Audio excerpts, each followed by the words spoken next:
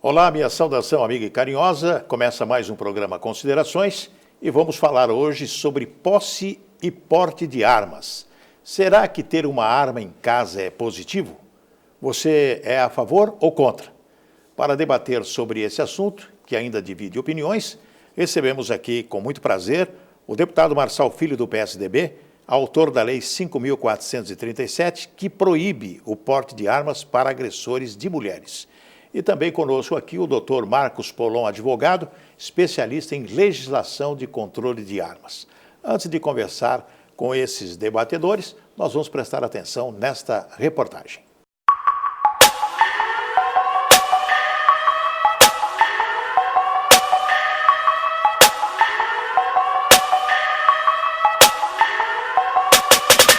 Em 2003 foi sancionada a lei federal que regulava o comércio, aquisição, registro e posse de armas e munições, o chamado Estatuto do Desarmamento.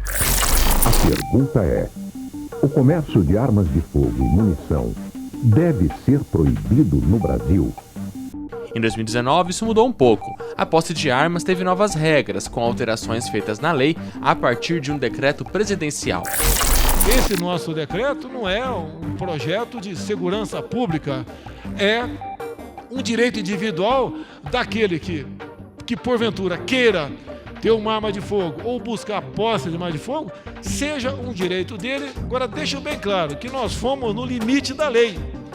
Nós não inventamos nada e nem passamos por cima da lei. Mesmo em vigor, o Estatuto não diminuiu o acesso às armas. De 2007 a 2017, o número de registros de posse de armas de fogo cresceu 800%.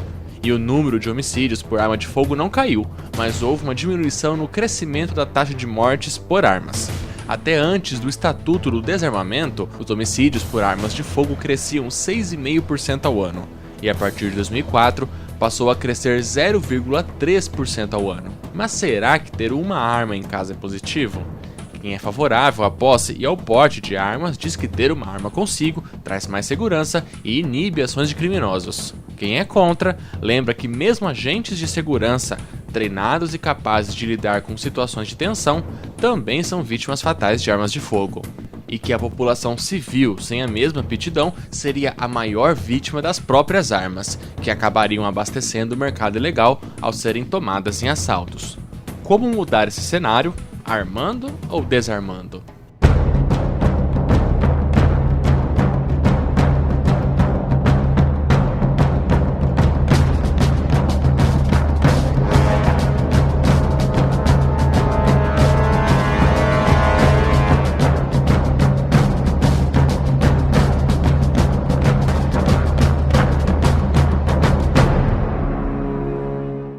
Deputado Marçal, autor da Lei 5.437, que proíbe porte de armas para agressores de mulheres.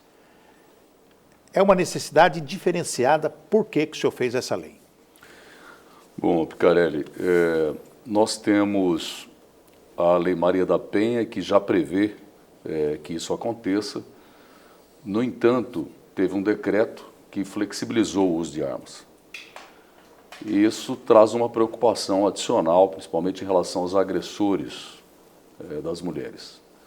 Não é possível que alguém que tenha porte ou posse de arma continue a usufruir desse benefício sendo um potencial agressor de mulheres. Eu apresentei esse projeto, que foi aprovado na Assembleia, justamente para coibir isso. O projeto consiste no seguinte: o delegado fica obrigado a verificar se aquele cidadão agressor tem porte ou posse de arma. E essa informação ele deverá colocar em apartado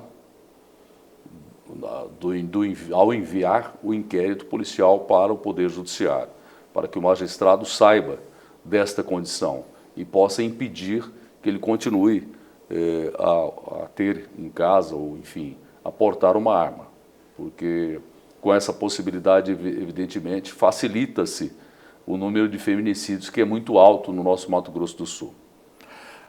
Conosco o Dr. Marcos Polon, que é advogado especialista em legislação e controle. Doutor, como que funciona a legalidade do porte de armas? Ele é positivo a pessoa ter uma arma em casa ou mesmo aquela pessoa que tem condição de andar armado? Excelentes perguntas, Pierre. Primeiro, muito obrigado pelo espaço e parabéns pela coragem de abordar um tema tão delicado. Não é todo mundo que tem esse ímpeto e o senhor sempre se destacou por não ter medo de pauta nenhuma.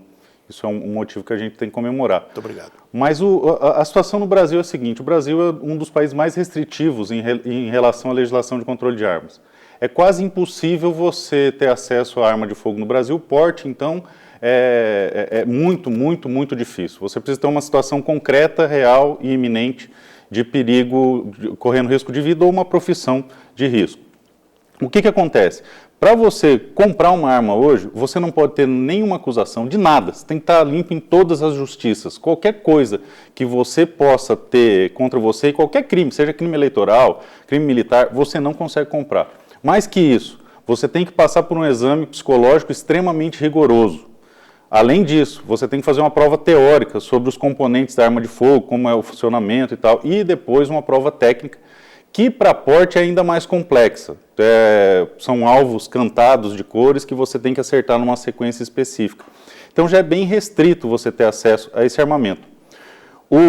Agora, quanto a outra pergunta, se eu acho positivo ou não você ter uma arma de fogo, eu acho necessário. Não acho, é muito além do positivo. A arma de fogo, ela representa um poder de intimidação. No primeiro ponto, um poder de intimidação para os criminosos. Eu sou de Dourados, o deputado é de Dourados, e a gente viveu até o final da década de 90 de Dourados uma cidade bem mais tranquila. Você não via invasões de casa. Eu morava no Parque Alvorada, na frente da minha casa era uma lavoura. Eu moro lá. Exatamente. Naquela época era um bairro ermo. E a gente dormia com o portão aberto, com as janelas abertas, o carro na frente de casa com a chave no contato. E nós não tínhamos esse problema de invasão de domicílio. Por quê? Quase todo mundo, todo douradense, tinha um trabuco velho em casa, um revólver, alguma coisa assim. Uma garrucha. Uma garrucha que fosse, todo mundo tinha, era normal. E outra, naquela época não tinha tanta briga de trânsito, o pessoal pegava e falava, não, vai virar um bang-bang, não vai. Porque se você parte do pressuposto que qualquer pessoa pode estar armado, você não vai sair trocando tiro na rua. O potencial de intimidação gera um controle social muito interessante. E se o senhor for analisar, a maioria dos países onde a legislação de acesso às armas é mais permissiva, é mais liberal, os índices de criminalidade são muito menores. Eu concordo quando o deputado diz que nós temos que ter uma atenção especial em relação às mulheres. Concordo em absoluto. No entanto, eu penso que seria muito mais interessante entregar para essas mulheres um meio apto de legítima defesa. Porque, veja bem, eu tenho quase 1,90 m, peso mais de 100 quilos. Se eu tiver um embate com uma mulher, seja qual for, por exemplo, uma menina da altura padrão, 1,60 m, não tem o que ela possa fazer, eu posso estar desarmado. Agora, se ela tem um 22, acabou minha força. Então, se nós pudéssemos pensar numa legislação que desse o requisito objetivo para a mulher que sofreu agressão ter acesso ao porte de arma, eu acredito que seria mais eficaz. Porque, em verdade, a maior parte dos feminicídios praticados no Brasil, em especial no nosso estado, são por objetos perfuro contundentes ou contundentes. Ou é faca ou é paulada. Ou então é na mão, porque o sujeito está alterado. Então, o que eu penso em específico em relação a isso aí? A mulher tendo acesso a um meio apto, ela tira essa diferença de forças. Tem até uma frase engraçada que a gente usa que é assim, Deus fez homens fortes e fracos, e Samuel Colt os tornou iguais. Então, eu não chego a analisar se é bom ou se é ruim, eu trabalho com a pauta do necessário. Deputado, conforme disse o doutor Marcos Polon, a lei que o senhor fez é para proibir o porte de armas para os agressores, mas a agressão ela pode ser generalizada de todas as formas, né? O senhor, como mora também na região quase de fronteira, observe que Ponta Porã é um dos, por exemplo, nesse ano, teve mais de 200 mortes, só esse ano lá em Ponta Porã. Mais de 200 execuções, né? E são, lógico que é tráfico e outras contrabandos, sei lá, algumas coisas nesse sentido. Agora, o povo em geral, as pessoas hoje, têm, na sua concepção, vontade de andar armada? Eu acho que a população, de uma forma geral, tem. Tem, até porque o presidente Bolsonaro foi eleito muito com esse discurso, né? E as pessoas aprovaram isso, e principalmente nós do Mato Grosso do Sul, né? De uma forma geral, porque somos um estado de muitas fazendas, de muitos sítios, de muitas propriedades rurais, e as pessoas precisam ter arma em casa. Eu só discordo do doutor no seguinte sentido: as mulheres podem ser vítimas, como são vítimas, de pauladas, de agressões, etc. Eu não posso cuidar disso numa lei estadual. Isso é coisa do Código Penal brasileiro, que cabe aos nossos congressistas, aos deputados federais e senadores. O que eu estou cuidando nessa lei é simplesmente impedir que um dos meios de agressão, o mais letal, que é uma arma de fogo, possa não chegar às mãos desses agressores, desses potenciais assassinos de mulheres. Porque, evidentemente, que você facilita o trabalho deles a partir do momento que eles têm a arma em casa. Se o cara tem uma arma de fogo em casa, ou se ele anda armado, evidentemente que se ele discutir com a mulher, ele vai dar um tiro nela e vai matar. Então, essa possibilidade legislativa eu tenho, por isso que eu estou apresentando. Se eu tivesse condições de fazer isso que o doutor propõe, de não assim tão simplesmente armar as mulheres, porque não adianta nada a pessoa ter uma arma e não saber manusear, né? Acaba até se virando contra ela, como a gente vê muitos casos aí. Também tenho severas dúvidas em relação ao porte de arma, não a posse de arma. A posse de arma, concordo plenamente com o que o doutor falou aqui. A posse de arma inibe o bandido. Se ele sabe que você tem uma arma em casa, ele não vai entrar na casa. Aí você fica totalmente desprotegido sem ter uma arma. Se ele sabe que você não tem arma de fogo em casa, ele vai invadir tua casa e vai se aproveitar disso. Agora, em relação ao porte de arma, eu discordo um pouco quando ele diz que os acidentes de trânsito, por exemplo, que geram discussões, etc., e mortes, as pessoas não vão fazer isso porque pode pensar que a outra pessoa está armada. Eu não concordo, porque as pessoas hoje, elas estão muito intolerantes, elas estão de pavio curto, as pessoas estão muito ansiosas devido à correria do dia a dia, as pessoas não respeitam muito as sinalizações de trânsito, enfim. E aquilo acaba gerando uma discussão, e o cara de cabeça quente ali, ele não vai pensar se o outro está armado, ele vai puxar a arma e atirar. Então, eu acho que tem que ter muito controle em relação ao porte de arma, saber quem está andando armado. Eu acho que tem que ter um controle muito grande, tem que se ter muito cuidado com quem anda armado, porque muitas vezes a gente é ultrapassado no trânsito, a gente fica pé da vida ali, né? A gente passa até uns pensamentos ruins na cabeça da gente quando os caras sacaneiam a gente no trânsito. Essa é que é a real. Imagina se o cara está armado, tem uma arma. Então, vamos supor, sei lá, numa festa, o cara bebe, está armado. Alguém mexe com a mulher dele, o cara está bêbado. Vai puxar a arma e vai atirar. E depois vai falar, pô, que besteira que eu fiz. Então, acho que em relação ao porte de arma tem que se ter um cuidado. Agora, em relação à posse, acho que todo mundo deveria ter o direito de ter uma arma em casa. Porte de arma, doutor, é somente para aquelas pessoas que o senhor já caracterizou numa rígida inspeção da Polícia Federal, etc. Exatamente. Agora, existe também aqueles que têm arma comprado no câmbio, no negro, né? Exatamente. Naquela parte de contrabando, etc. Exatamente. Como que funciona isso? O que acontece? É interessante a gente desmembrar os pontos que o senhor apontou, que são muito emblemáticos na discussão sobre posse e porte de armas. Primeiro, a questão do sujeito armado poder atirar no trânsito, cometer um ato impensado, ou beber e atirar. Você não pode beber quando você está portando. É mais rigoroso do que as leis de trânsito. E se a gente parar para pensar, existem milhares de pessoas que já têm o porte. Os policiais têm o porte. Daí você pode pensar, não, mas os policiais passam por um treinamento rigoroso. Mas para você ter o porte no Brasil, você também passa por uma prova rigorosa. Tem um psicotécnico apurado, que muita gente reprova, e não tem como burlar, porque é pericial. Além do psicotécnico, tem o prático, que não é tão fácil de passar. Eu já reprovei uma vez, tive que treinar para passar. Mas em relação especificamente aos incidentes, vamos chamar assim, dos crimes de quem porta, existe um pouco de folclore em volta disso, porque os juízes não têm o preparo dos policiais, mas têm porte funcional. Os promotores não têm o preparo dos policiais, mas têm porte funcional. E há várias outras categorias de pessoas ligadas ao Estado têm esse porte. E todo mundo, toda vez que se inclui uma categoria, fala, não, agora vai acabar o mundo, vai virar um bang-bang na rua, e não virou.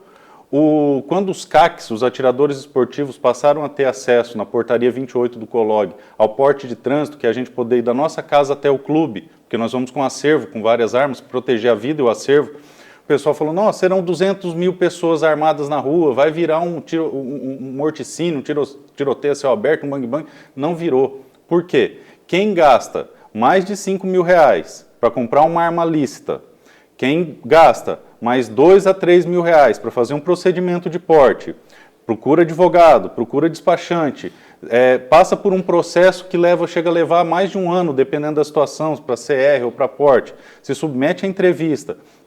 Essa pessoa, a última coisa que ela quer é andar fora da lei. Por quê? Se eu tenho uma inclinação ao crime, se eu sou uma pessoa esquentada e quero fazer injustiça com as próprias mãos, não vou nem falar justiça, se eu sou o metido a valentão, vou intimidar uma mulher, vou brigar no trânsito, eu vou ali na vila, pago R$1.000 e compro uma arma, que se eu comprar no mercado lícito, eu vou pagar 5 mil.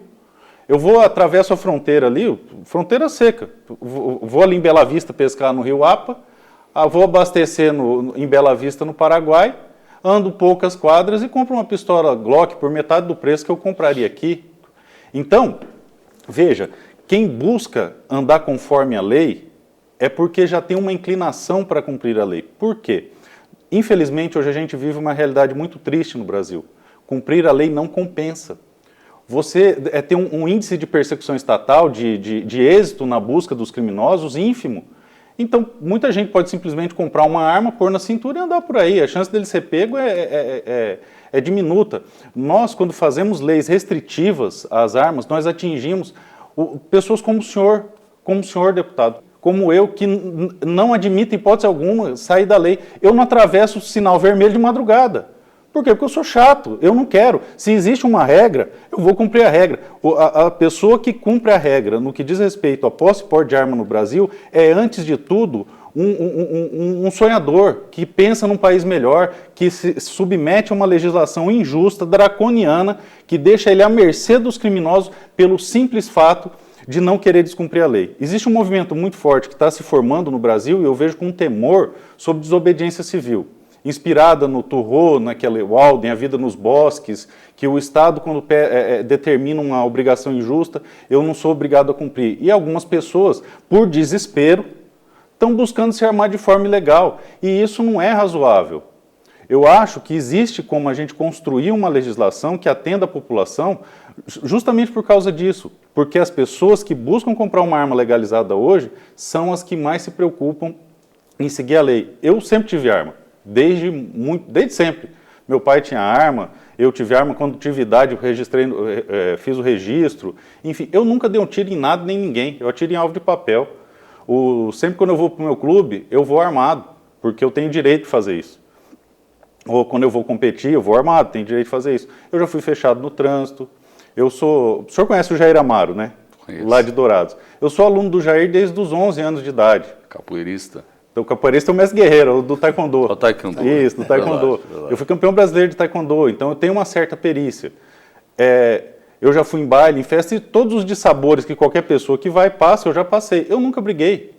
Por quê? É o meu perfil. Por isso que eu passo no psicotécnico, porque eu tenho um perfil que passa. Então, a gente tem que perder o medo de que as pessoas, podendo se defender, vão se tornar criminosos, porque não vão. O criminoso ele já é criminoso com arma, sem arma. É igual quando a gente usa classe social para fazer essa divisão. O pobre é perigoso. Não é a pobreza que põe ele no crime. Ele se tornou criminoso porque ele é sem vergonha. O cara que é assassino, ele não se torna assassino, ele é assassino. Não vai ser a lei que vai botar esse cara no crime ou não. Isso em relação à primeira parte. A segunda parte da mulher, eu concordo com o senhor. Eu concordo com o senhor porque a mulher tem que ser protegida, sim. Ela é mais fraca, ela merece um meio apto de proteção. Porém, eu só discordo da medida. Porque vamos imaginar, eu tenho um relacionamento, eu sou casado, e a gente sabe que, infelizmente, existem algumas denúncias falsas sobre Maria da Penha. Vamos fazer esse exercício. O sujeito, para conseguir porte de arma no Brasil, é mais fácil você ganhar na Mega Sena do que você conseguir o porte de arma. Mas, enfim, tem 2 critérios lá subjetivos que você consegue demonstrar. Olha, eu tenho uma ameaça real e iminente, artigo 10, parágrafo 1º, ou exerço uma profissão de risco. Eu faço o pagamento de uma obra. Sempre chego lá com um pacote com 30 mil e pago os pedreiros toda sexta-feira. E aí o delegado da Polícia Federal me concede esse porte, porque tem alguém me ameaçando, eu tenho um processo grande, o senhor que é advogado sabe que às vezes a gente sofre ameaça. Inclusive eu faço um trabalho também para o porte funcional do advogado, que é uma outra história, porte por categoria. E aí eu estou sofrendo esse cenário de ameaça, esse cenário real de ameaça. Veja, se injustamente a minha companheira faz uma denúncia de Maria da Penha, antes de eu ser julgado, antes de concluído o inquérito, simplesmente a polícia vai lá, vai apreender a minha arma e eu vou estar à mercê dos criminosos. Ninguém vai tomar nenhuma medida simplesmente porque alguém denunciou. Sim, sim.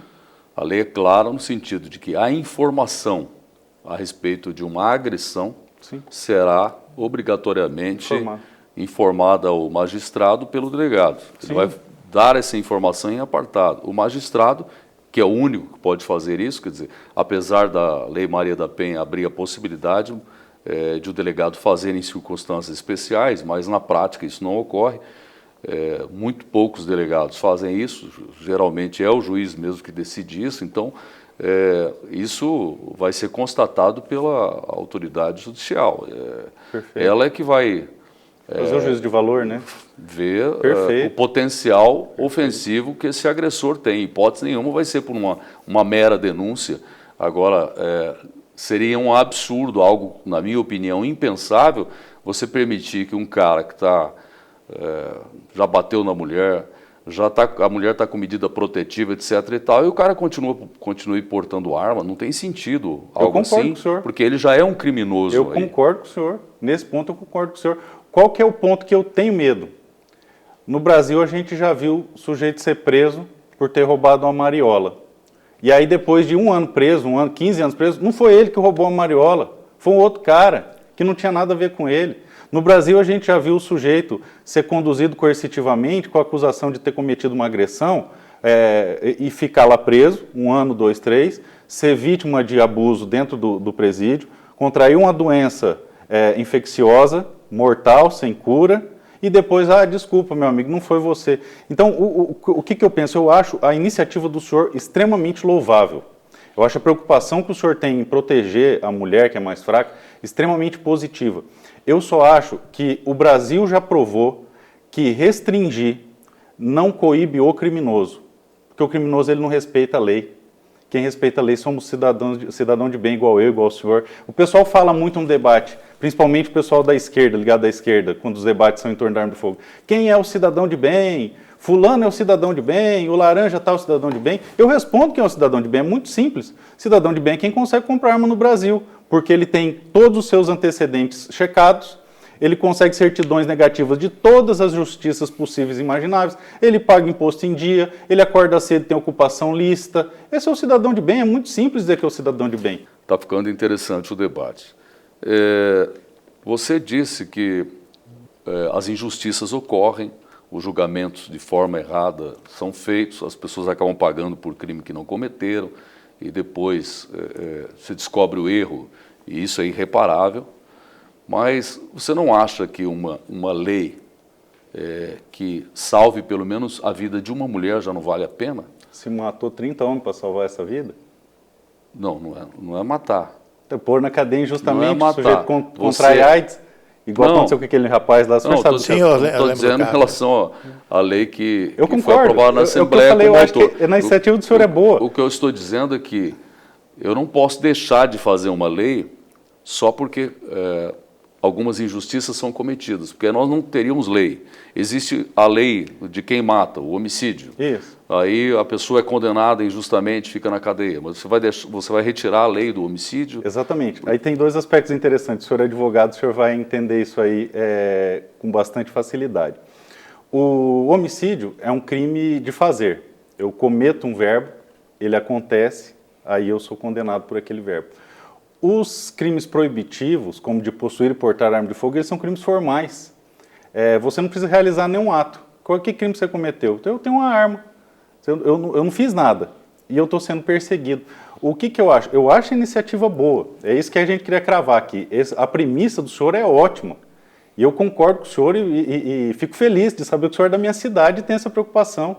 Isso é muito bom, porque realmente esse problema existe. E o sujeito que olha feio para uma mulher é um covarde. Um sujeito que levanta a voz para uma mulher é um covarde.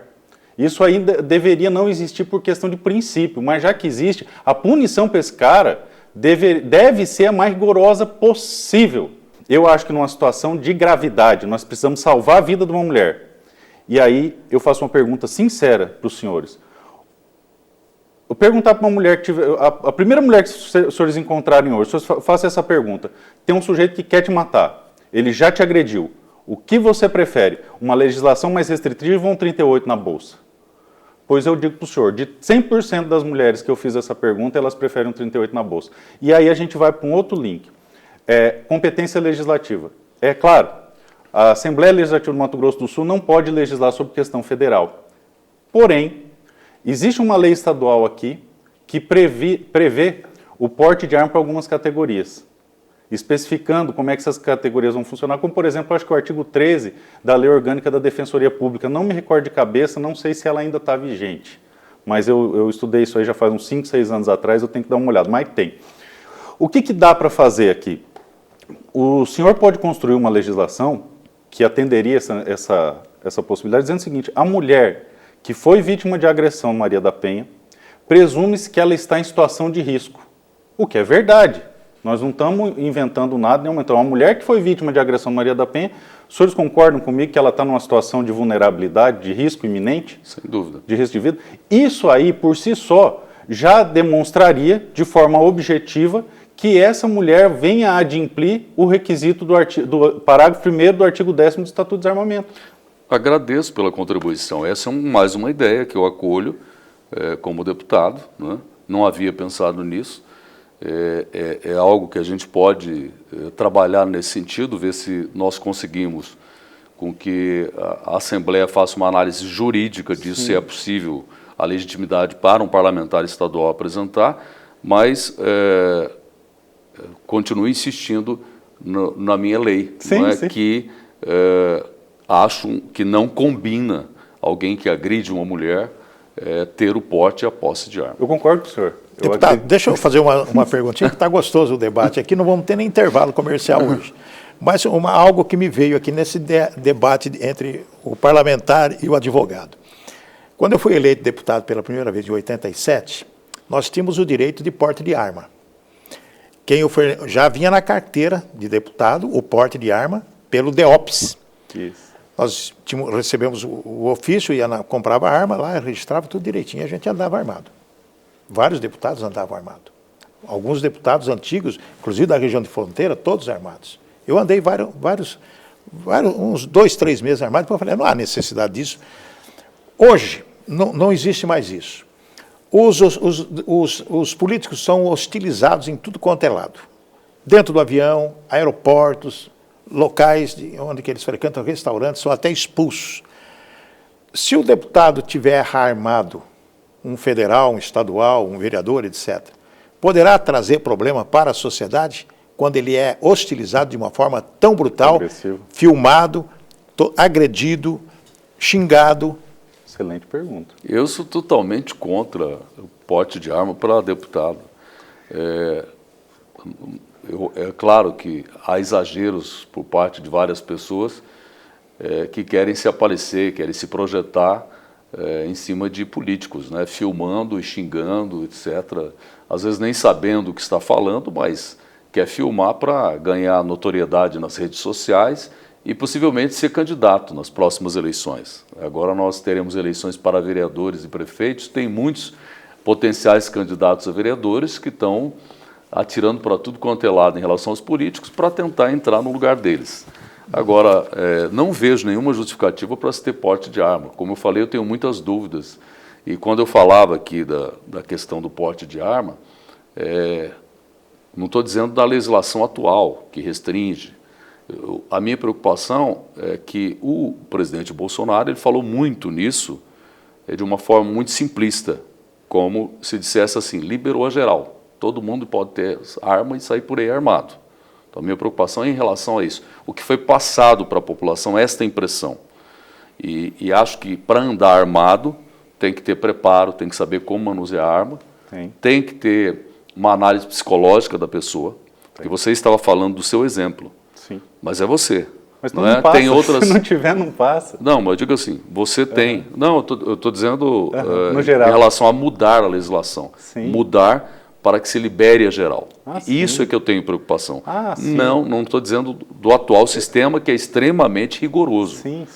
Isso sou totalmente favorável, né, porque é rigoroso. Você tem principalmente a questão psicológica da pessoa tem que ser analisada para saber se a pessoa tem condições de andar armado ou não. Eu não sou contra a atual legislação. Estou dizendo de não liberar geral, porque essa é a impressão que se passou, que todo mundo teria direito a andar armado, em relação a isso. Entendi. Mas volto à tua pergunta, eu não vejo necessidade, inclusive quando foi aprovado o projeto lá, aprovado não, quando foi apresentado o projeto, previa-se que os políticos, deputados, poderiam andar armados, né? E me entrevistaram em relação a isso, e eu, por exemplo, eu pessoalmente nunca peguei numa arma, não vejo necessidade nenhuma disso, né? Para mim não serve. Excelente. Sua opinião a respeito do político ser armado? Ter acesso ao porte de arma. Eu acho extremamente necessário. E acredito que é uma questão até de mais do que uma opção. É quase que obrigatório. O político, por ser uma figura pública, como eu, sou um ativista pró-armas, eu trabalho para promover isso aqui. Muita gente sabe quem eu sou. E isso desperta alguns instintos mais irracionais, primitivos. Exatamente. E, no meu caso, se fosse só eu não tenho medo de morrer. Morreu, acabou. Eu vou ser julgado no tribunal de Deus. A morte é inevitável. Então, se é para viver com medo da morte, então não levanta da cama. Esse medo eu não tenho. Mas eu tenho 3 filhas meninas pequenas, tenho um gurizinho, tenho uma esposa. E o deputado parlamentar, ainda que ele é um solteirão, não tem ninguém, ele tem a mãe dele, ele tem a pessoa que está com ele tem os assessores dele. Já tem até netos. Exatamente, então. Tem os netos. E aí é o seguinte, o oportunista que vai lá te agredir, que não conhece o seu trabalho, que não estudou o que você fez e simplesmente quer fazer um vídeo para aparecer na internet, ele não está preocupado com o resultado que isso aí vai ter. Vou dar um exemplo.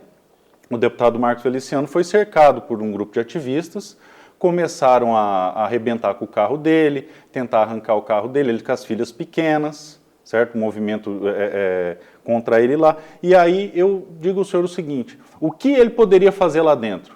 Porque estavam promovendo um linchamento. Se conseguem arrombar o carro, iam matar a família dele lá. O parlamentar, seja vereador, seja deputado, seja senador, ele perdeu a vida dele. As pessoas não têm noção do sacrifício que vocês fazem. Eu posso não concordar com o jeito que o senhor pensa, eu posso discordar de algumas decisões da Assembleia, posso. Até pela minha formação política, alguns eu discordo muito. O pessoal mais avermelhado ali da casa, eu discordo bastante. Mas o sujeito para estar ali, ele abriu mão da vida dele. Ele nunca mais vai ter um restaurante com a família, com a esposa. Eu só de dar aula, de ter um canal, tem vezes que eu não consigo jantar, que a gente chegando, não sei o quê, e você tem que atender, porque é o caminho que você escolheu trilhar. A grande diferença é que, como eu não tenho remuneração pública, as pessoas ainda respeitam, mas o agente público, o parlamentar, o legislador, só porque ele tem o salário dele pago pelo erário, né, a verba pública, a pessoa acha que tem o direito, que é seu dono, é só teu patrão, você vai fazer o que eu... Não é assim. As pessoas perderam a educação, perderam o senso. Eu tenho o direito de exigir do senhor como meu representante? Lógico que eu tenho. Mas de forma polida, correta, com conteúdo, com embasamento. Por exemplo, eu apontei diversos pontos que eu discordo da lei do senhor. Fui desrespeitoso em algum momento? Não fui. Nenhuma. É isso que eu acredito que a arma resguarda. Porque se eventualmente, vamos supor, nós estamos numa situação delicada. Recentemente foi alterado alguns aspectos tributários do agronegócio no Estado. A matriz nossa é de agronegócio. É um momento um pouco delicado. Vamos imaginar que tem uma inauguração lá numa cidade pequena, na beira da fronteira, perto de Amambai, por exemplo.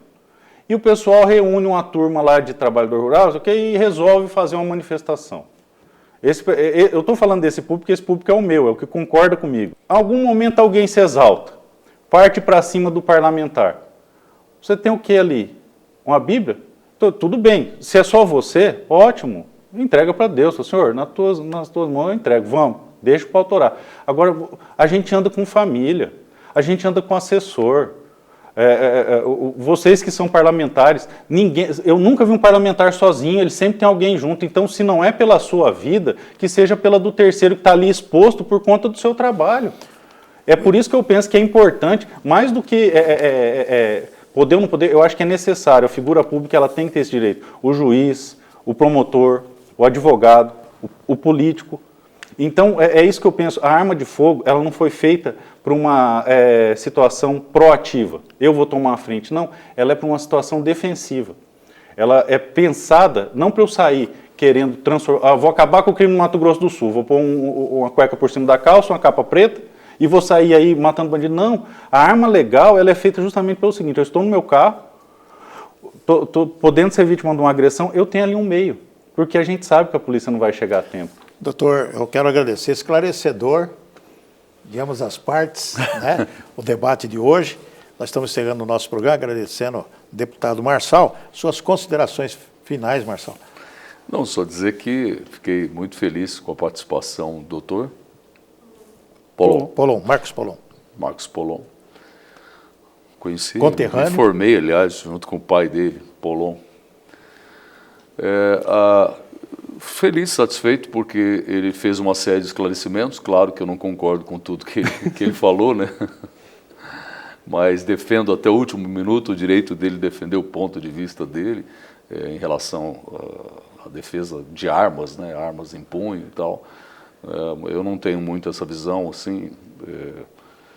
Por isso que disse que, para mim, não serviria a questão do homem público ter uma arma. Concordo com ele, talvez, que devesse o homem público ter esta possibilidade, né? Mas eu, particularmente, não